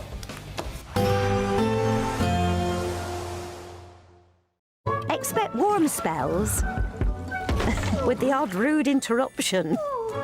Box Boilers sponsors the weather on GB News. Hello, a very good morning to you. Welcome to the latest update from the Met Office for GB News. A fine start to the weekend, and it stays fine in the south and east, but it's going to turn increasingly windy and wet elsewhere, with some very substantial rain accumulations building up over northwestern hills, especially in particular Cumbria, by the end of the weekend. The rain sets in around lunchtime for western Scotland, Northern Ireland. It then slowly edges its way southeastwards, not quite reaching northern England and North Wales at this stage. Mostly dry for the rest of England, Wales, and with plenty of sunshine, temperatures of 10 or 11 Celsius. But the winds are picking up all the while across the northwestern part of the UK, with heavy and prolonged rain establishing itself across northern and western Scotland and remaining in more or less the same locations for the second half of Saturday through Sunday and early Monday. The rain at this stage pushing into northern England, including Cumbria, Northern Ireland seeing outbreaks of rain. Not heavy yet, but it will turn heavier and more prolonged. The southern half of the UK, meanwhile, clear spells, although the breeze picking up, and so that will lead to a cold night in some sheltered spots towards the southeast, but otherwise mostly mild overnight with a lot of cloud cover, and that rain just relentless for Northern Ireland, much of Scotland and northwest England as well as North Wales. It's going to be very heavy first thing Sunday for southwest Scotland and northwest England, and this is when we become increasingly concerned about the rain building up over Cumbria. Now, northwestern hills likely to see 100 millimetres or more, but Cumbria in particular could see more than 200 millimetres of rain building up through Saturday, Sunday and into Monday. That brings with it the risk of significant flooding. Expect warm spells with the odd rude interruption. Box Boilers sponsors the weather on GB News.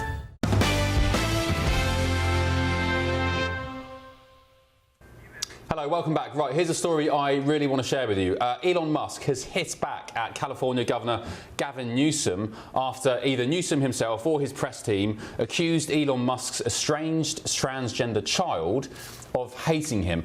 Here's the post on your screen now on X if you're watching on television. It says, "Correct, we're sorry your daughter hates you, Elon." The caption accompanied an interview in which Gavin Newsom doubled down on his record on transgender legislation in California. That we didn't get into trans sports. That's an issue no one wants to hear about because 80% of the people listening disagree with my position on this. But it comes from my heart, not just my head. It wasn't a political evolution. It was position being that I don't think it's I want to see trans kids. I have a trans godson. There's no governor that's signed more pro-trans legislation than I have, and no one has been a stronger advocate for the LGBTQ community. Well, there you go. From the horse's mouth, I want to see trans kids. That was California Governor Gavin Newsom. Elon Musk's estranged child. Let's paint the picture. Elon Musk's estranged transgender child, who was born a male, now identifies as a woman and goes by the name Vivian Jenner Wilson. In response to Gavin Newsom's post, or his press team's post, saying that his child hates him, Musk hit back at Gavin Newsom by saying he loves his son and accused Newsom of pushing an evil woke mind virus onto vulnerable children. The row comes as the debate over gender treatment for children intensifies in Britain too.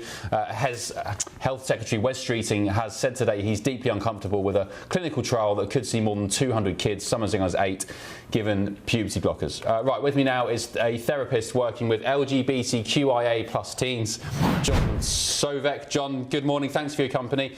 That was pretty harsh. Regardless of your position on the trans debate, transing children, you know, whatever, that was pretty harsh of Gavin Newsom to use Elon Musk's estranged child to score points with him in a row. No? Well, for me, it's actually, I think both of them are a little bit guilty of that they're taking a child who is living their life very successfully and very happily and turning it into this kind of public spectacle for them to win points, political points against each other. And it feels like they're not actually taking Vivian's point of view into play here, and they're really just trying to punch each other out while someone else's life is on display. Well, it was Gavin Newsom who first brought Elon's son into it. Elon replied saying, my son used to be called Xavier. He was taken by the woke mind virus, as Elon calls it.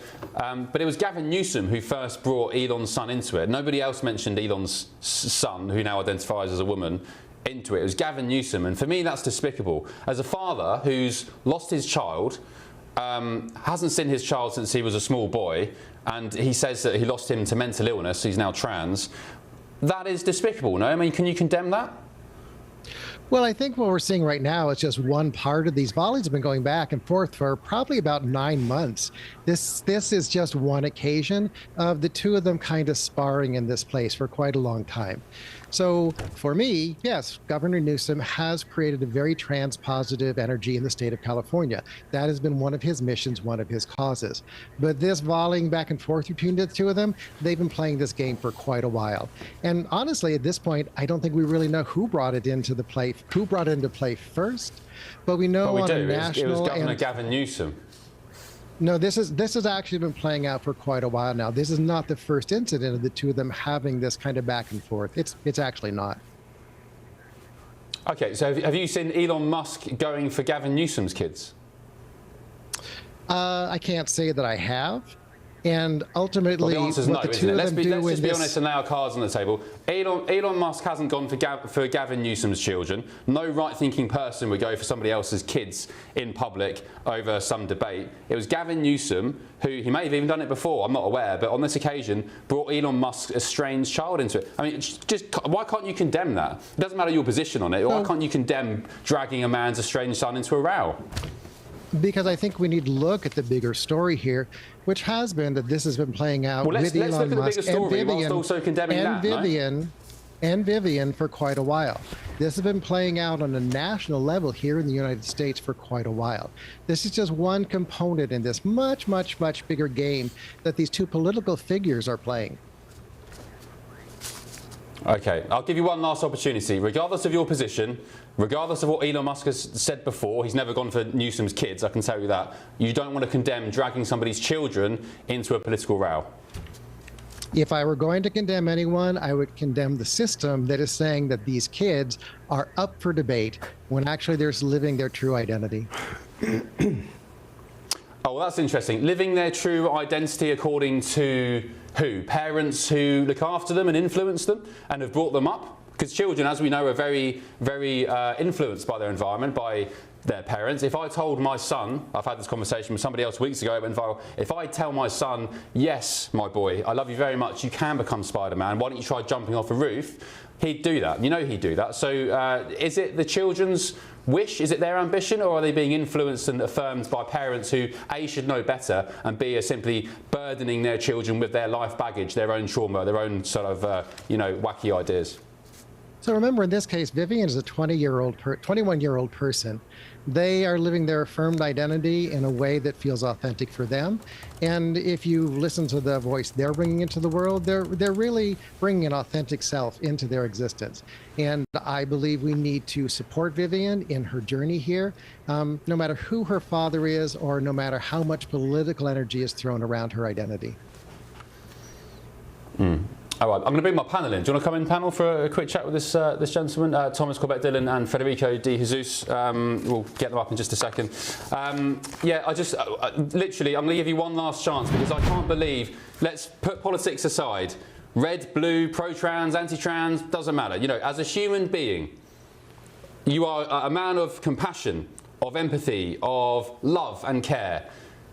You can condemn dragging somebody's children into a political row. And once again, Elon Musk has been doing this for a while himself with Vivian online. Thomas, your thoughts on this? So it is once again, you know, I'd actually say multifaceted. he's quite smart, because the one thing the Democrats won't ever do is forgive you for condemning Gavin Newsom, who's going to run president. So he's smart. He wants to keep his job. I think he's done the right thing with not condemning him there. But I think anyone who's sort of sensible on this issue knows what is really going on. I thought this was the first time I've actually seen a parent of a trans child actually explain so well what was going on with them. And Elon said that his son is suffering from a mental illness, which I thought was a really interesting way to put it, and wishes him a recovery soon, which we can all hope for. But I also like the idea that this Xavier said he's cutting himself off from Musk. But we noticed the trust fund is still funding him. He's certainly not going out there on his own. So, you know, he doesn't want anything to do with his dad, but he'll still take his money. I think it just shows you the whole thing is a bit of a grift. And I guess he's found fame with it, so good for him. But John, your response to that? Well, remember, too, that Elon cut off their connection with Vivian quite a few years ago. They chose not to connect with them, to speak with them. And this is one of how many, 14 to 16 children that Elon has dropped around the world.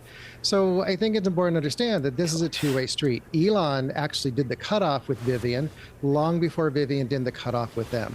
And ultimately, I think it's healthiest for both of them because they have no agreement on who Vivian is and how Vivian wants to authentically live in the world. So she's really taking care of her own well-being by not having this ongoing conversation with her father.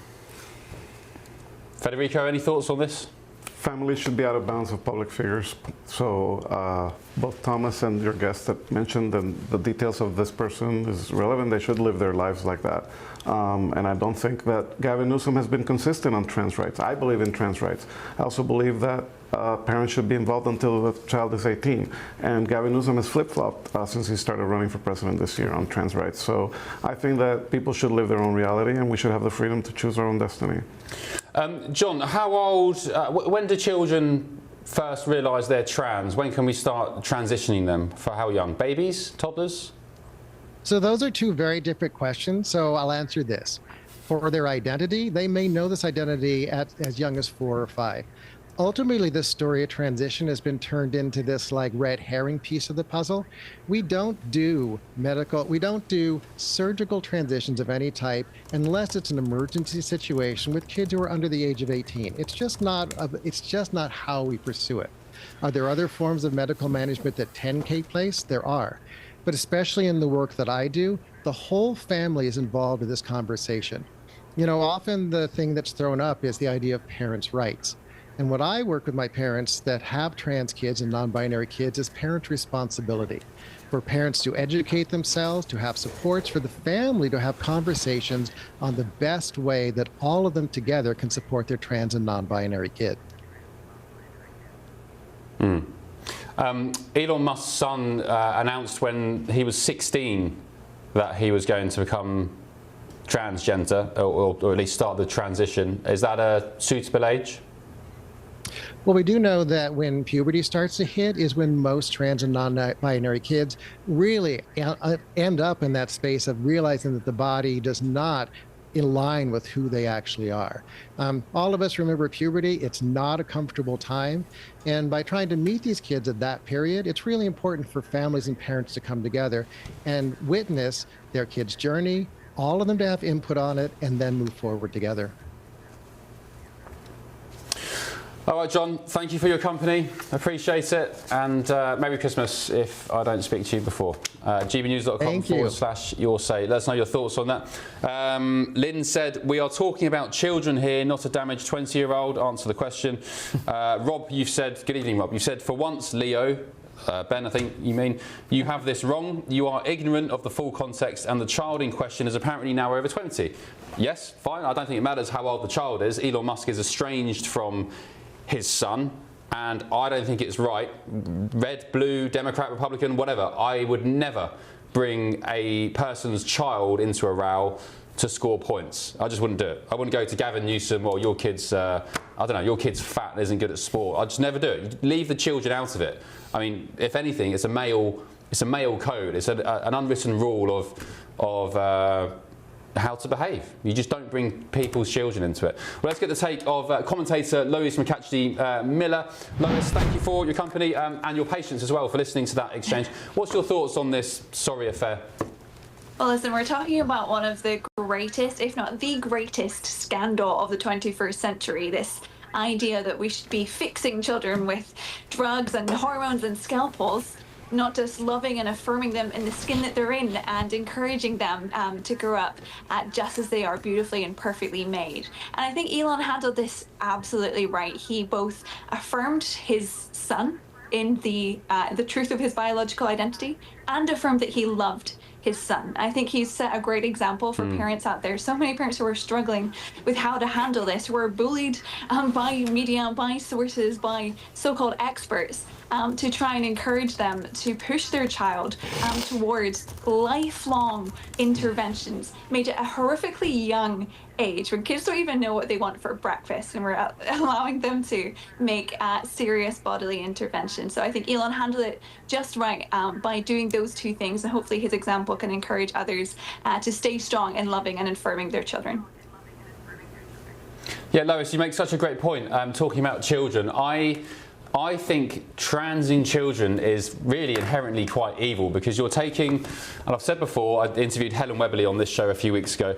I said to her, you're taking gifts from God, the purest form. This is the only way I can describe children. The purest form of God energy, whatever your definition of God is, a bloke sitting in the sky, a universal power, I don't know. It's the purest form of love, of God energy. They are unburdened by the baggage and the trauma and the experience of adults. They are just so innocent, they're so pure. And you're going to them and you're saying, my boy, my girl, there's something wrong with you.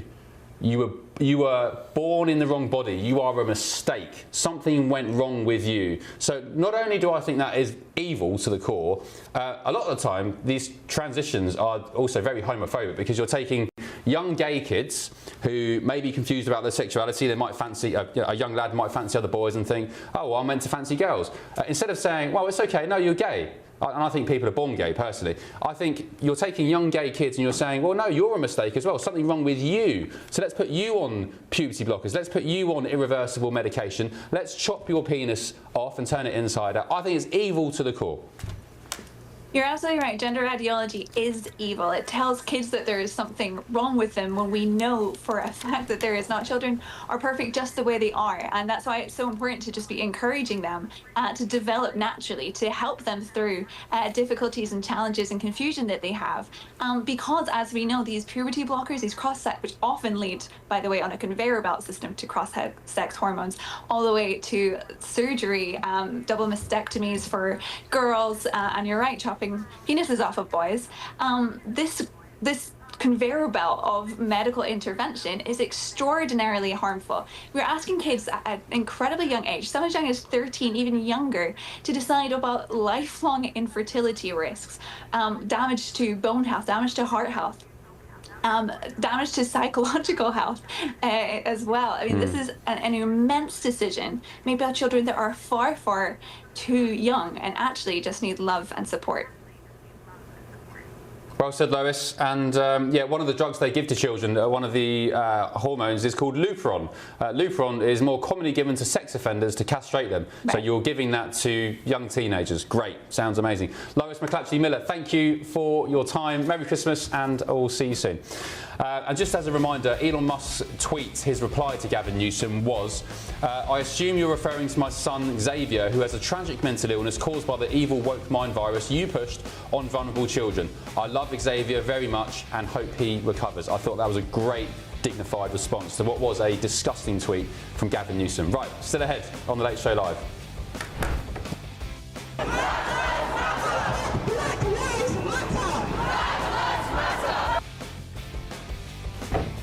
We're we're going to take a closer look at a Black Lives Matter leader accused of embezzling millions of dollars in donations. This is The Late Show Live. No breaks, remember? Back in a sec.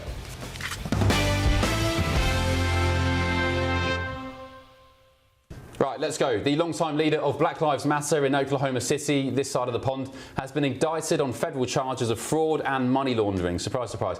Prosecutors allege Tashella Sherry Amore Dickerson siphoned off more than $3.1 million of a total donation pot of more than $5 million, spending it on luxury travel, holidays, groceries, vehicles, and no less than six properties in her name.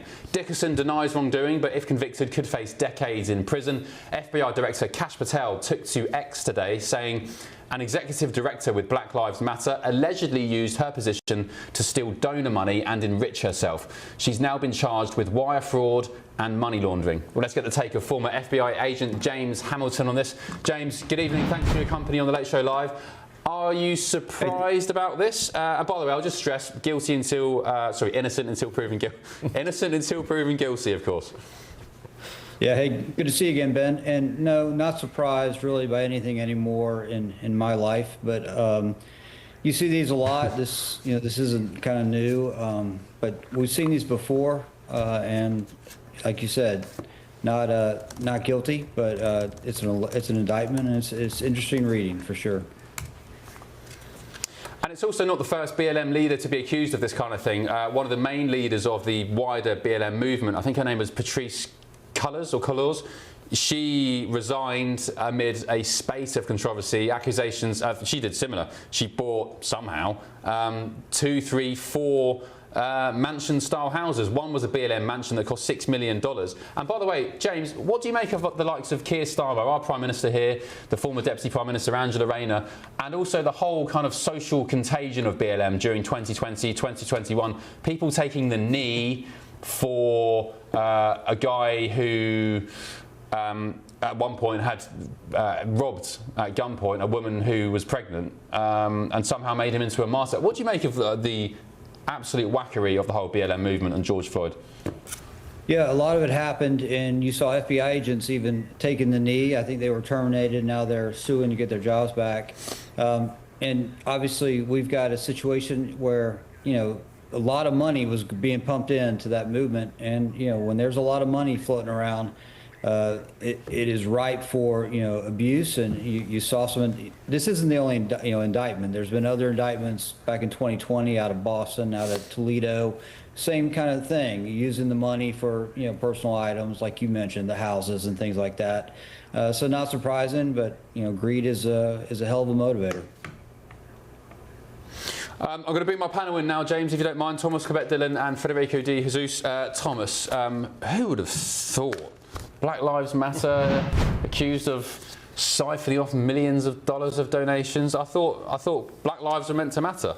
Right, what a surprise, I think. No one saw this coming. But it does make me laugh. I love those pictures with the British politicians on the knee, and it was just, they must be so embarrassed about those pictures being out there. It's just such a weird, they're in some weird office and they're doing this thing about some completely American issue, by the way. Why was the UK so doing all these marches and things for some drug dealer in Minnesota that, got himself caught up? So I think the whole thing is weird. I think this is just the first stage. I think what sounds like it might be happening now is the president is very much looking at Derek Chauvin, the police officer who was sentenced to 22 years for really not doing much. They say he had his knee, but it was a trained maneuver. It was actually what he was supposed to do. The guy had so much drugs in his system. But of course, the state saw this coming. If the president pardons him, it doesn't matter because he was charged by the state. But now we're looking at Mike Lindell is running for Minnesota governor, so maybe he'll be pardoning him. I think Derek's got his fingers crossed. He can't pardon him though, can he? I mean, arguably he did kill George Floyd. I know George Floyd had lots of fentanyl, for example, in his system, but I think there's a lot of people that say that he wouldn't, that he didn't kill. I think the amount of fentanyl in his system, fentanyl is so deadly. I think he was, poor guy, he died, but he was being restrained in the effective way that the police were supposed to restrain him. What does the autopsy say? Federico, do you know what the autopsy says? I don't, but it was obviously excessive, and it wasn't the only incident. And to blame it on fentanyl or his history is beside the point. It was police abuse. It happened throughout the country. It's a legitimate movement. If this person committed a crime, let her serve sentence. And frankly, Donald Trump has pardoned a lot of people for money laundering and fraud. So if it's selective, it's wrong. But if she did something wrong, then she should go to jail. That's the end of it. James, isn't it a state charge though? Chauvin's conviction. I don't think Trump can pardon him, can he? Not for state charges. No, Chauvin is a state charge.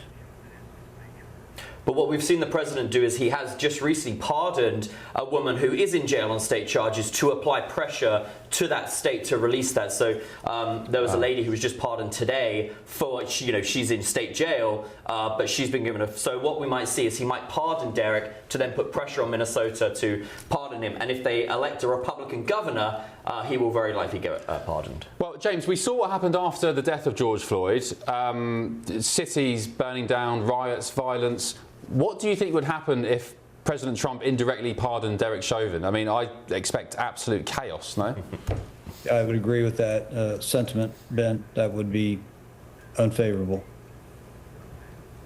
Okay. Federico, did you ever take a knee for Black Lives Matter?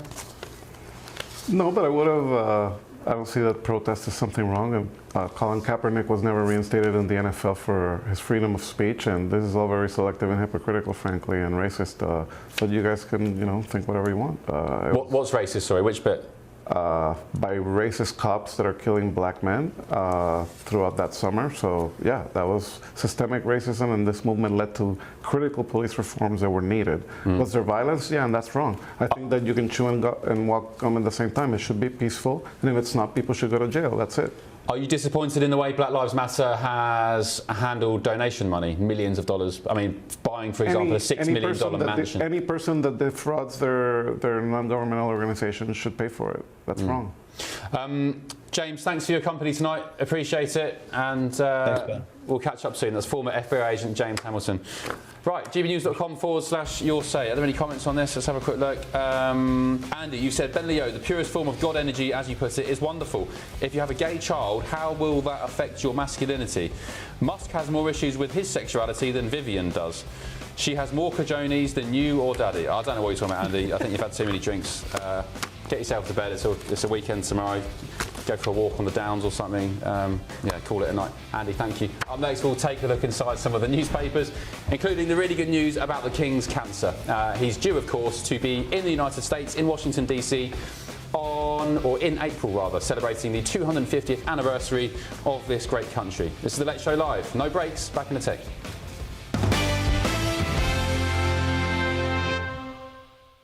Oh, some breaking news for you now. A proud moment for British motorsport as Lando Norris receives the Formula One World Champions Trophy at the FIA Awards in Tashkent, Uzbekistan tonight.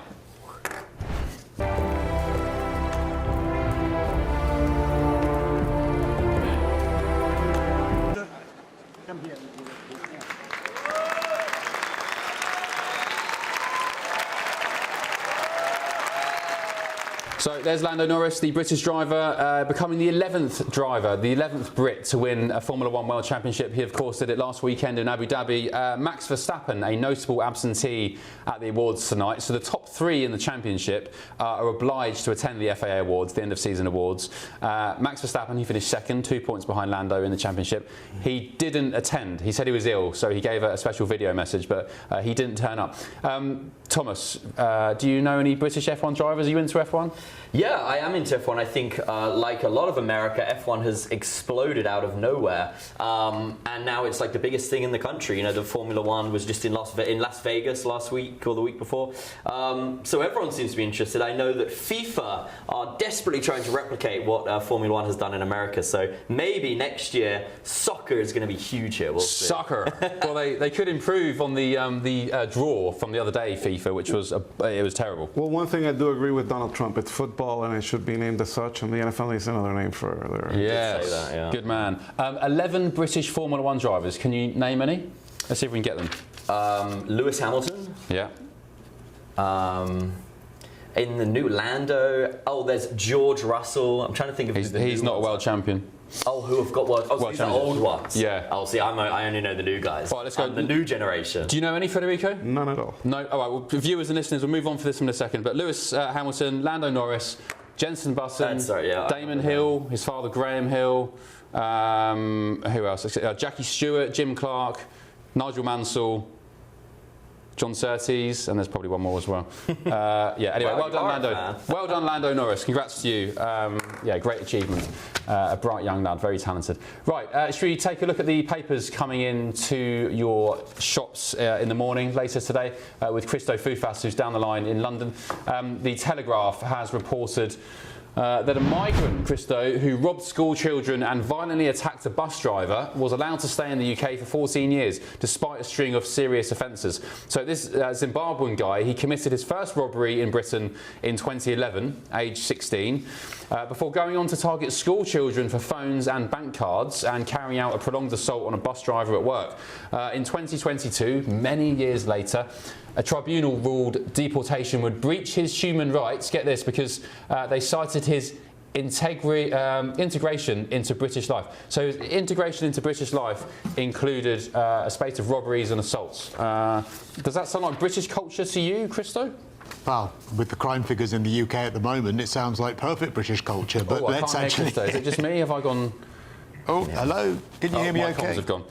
Sorry, Christo, it's my comms. You carry on. I'll get mine changed. You carry on and speak to Thomas and Federico. I was about to say, with the state of crime in the UK at the moment, I think he's fitted in absolutely perfectly well. But the problem is that I had an argument about this actually with someone the other night, because I think that if you visit or arrive in a new country as a migrant, then you have a higher threshold of behaviour than someone that was born in that country. Now, that might not be fair on paper, because obviously in the eyes of the law, people are trust of arriving in a country, then you have a higher threshold of behaviour.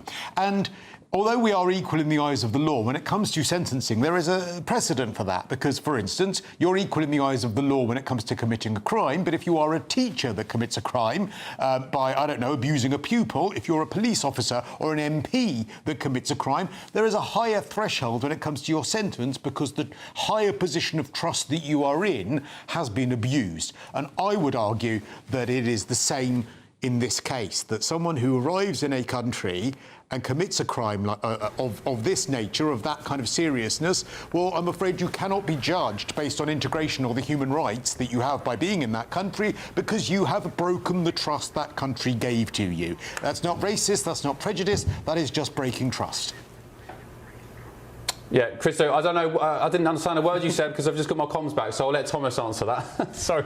Well, I think you, of course, make a good point. I noticed that the guy was from Zimbabwe, and I saw a good joke recently that said, what did Zimbabwe use before candlelight, as they recently held their meeting in candlelight? And the answer is electricity, because it used to be Rhodesia, and it was run by very competent people, so I thought that was quite a good one there. But maybe Zimbabwe is a disaster, so maybe this is one guy who you can actually call an asylum seeker. But also, I hate that we still call them refugees in England. I think you've got to use the American terms, which is illegal, because that's exactly what they are. Federico? Look, I don't know the laws in your country, but here, if someone commits a crime like that and they're in the country illegally, they should get deported. And that's what should happen to this person.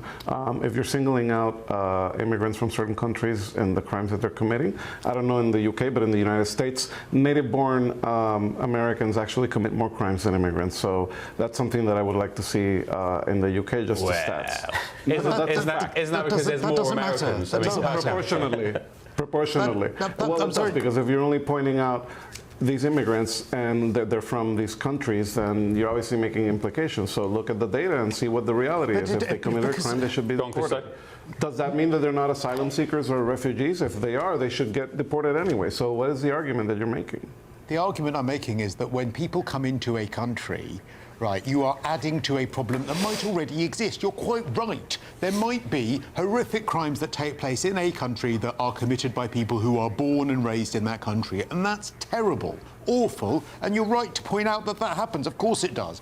But when you then have people come into a country who also commit crimes, well, that's a problem that could have been avoided by not allowing them to come into the country. Now, that's just common sense. You don't want to add to a problem that exists already. So they should be deported, right? I think we should all agree on that. Like just taking a swipe and saying they're not refugees or asylum seekers. Well, I don't know their legal status. That's not the point. The point is if they committed a crime, they should get deported. That's it. But then don't say that nobody else should come into the country, because the country does need workers and they should have a legitimate asylum if they signed the treaty to make that happen, right? Okay, well said. Just want to say hello to Rob Burns. You said, apologies, Ben, for using your surname. It's 1:30 in the morning here and I'm tired and eating dinner. Dinner at 1:30, Rob. You and Bev are doing a great job over there. Thank you, Rob. Appreciate your viewership. Thank you so much. Also, Vicky said hello tonight as well. Thank you, Vicky. And thank you to everybody else tonight. Last question. I'd like to do this now. Christo, what are you up to tomorrow? 10 seconds. Oh, the GB News Christmas party. Oh, I can't make it. I'll be there for you. I'll wear a Ben mask. I'm not making the Christmas carols. I'm not making the party. Yeah, have a drink for me, Christo. Thomas, what are you up to? It is the Fox News Christmas party here in DC, so that's going to be the hot ticket in town. So that's the place to be tomorrow. All right, and Federico? I'm going to New York for the weekend, back in DC on Monday, so maybe I'll see you guys next week. Good night, guys. Thank you for your company tonight. Thank you, Christo, and panel as well.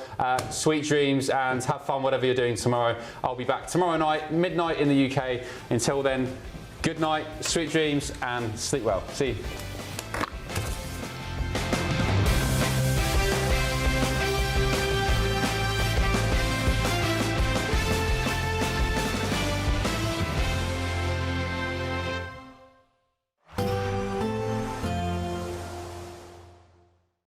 Today, clouds overhead, total zen within. Boxed Solar sponsors the weather on GB News. Hello, a very good morning to you. Welcome to the latest update from the Met Office for GB News. A fine start to the weekend, and it stays fine in the south and east, but it's going to turn increasingly windy and wet